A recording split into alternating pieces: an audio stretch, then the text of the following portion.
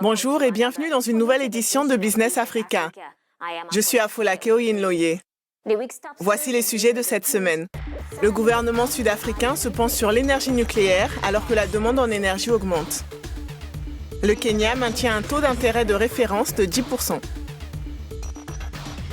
La Banque centrale des États d'Afrique centrale prend des mesures pour aider les pays membres.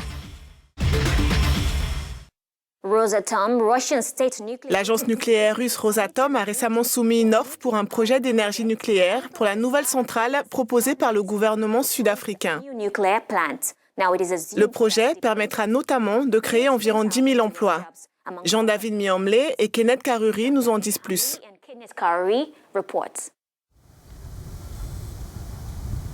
En Afrique du Sud, le gouvernement ne semble plus se poser la question de savoir si oui ou non il faut adopter l'énergie nucléaire.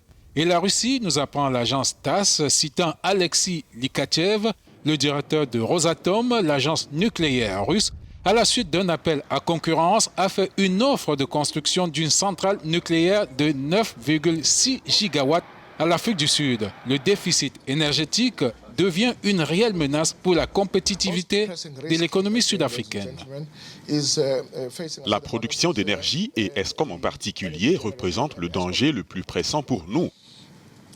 Nous sommes inquiets de l'impact négatif que le problème de l'électricité a sur la croissance actuelle et potentielle. Mais le projet d'énergie nucléaire sud-africain est contrarié par de fervents opposants. Donc pour Greenpeace, la décision d'investir dans le nucléaire n'est pas rationnelle et ne se base pas sur l'idée de fournir une électricité abordable et accessible à tous. Pour le moment, Eskom, l'entreprise publique d'électricité, a du mal à répondre à la demande grandissante de l'industrie en électricité avec une capacité de 45 833 kW. Elle ne peut fournir que 24 000 kW. L'industrie minière en souffre gravement. Elle consomme à elle seule 15% d'électricité du pays pour forer profondément dans la terre et extraire des minéraux qui représentent près de 60% des exportations de l'Afrique du Sud. Merci de regarder Business Africa. L'économie du Kenya était dite robuste au troisième trimestre 2016, mais on ne pouvait pas déterminer l'impact qu'aurait la décision du gouvernement d'imposer un plafond aux prêts et aux taux de dépôt des banques. Par conséquent, la Banque centrale du Kenya a maintenu un taux d'intérêt de référence à 10%. Reportage de Michael Odwor et Serge Mankou. La Banque centrale du Kenya a maintenu son taux d'intérêt de référence à 10%. L'inflation a reculé à 6,4% en décembre contre 6,7% en novembre. L'objectif pour le gouvernement est d'atteindre 2,5%. Bien qu'il n'y ait pas de pression sur la demande sur le plan économique, la Banque centrale du Kenya a déclaré que l'inflation des denrées alimentaires reste élevée en raison d'un temps exceptionnellement sec. Les prix des aliments et de l'électricité devraient rester à un niveau élevé à court terme.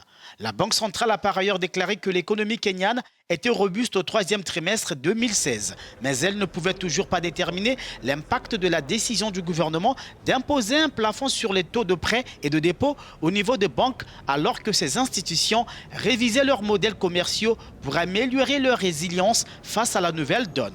Le gouvernement du Kenya a imposé une limite aux prêts bancaires commerciaux en septembre de 400 points de base au-dessus du taux de la Banque centrale. Les économistes ont fait savoir que la mesure risquerait de nuire à la croissance économique en décourageant les prêts aux petits emprunteurs jugés plus risqués. Après une forte chute au début de janvier, le shilling, la monnaie locale, est resté relativement stable ces dernières semaines. La Banque centrale kenyane a dit qu'elle a été soutenue par un rétrécissement du déficit courant de 5,5% du produit intérieur brut en 2016 contre 6,8% en 2015. Le shilling se négocie actuellement à 104 $ américains en baisse de 1,7%. Au troisième trimestre, l'économie kenyane a progressé de 5,7% contre 6% au deuxième trimestre, tandis que les réserves de devises de la Banque centrale ont chuté à 6 936 milliards de dollars américains contre 7 305 milliards en novembre dernier.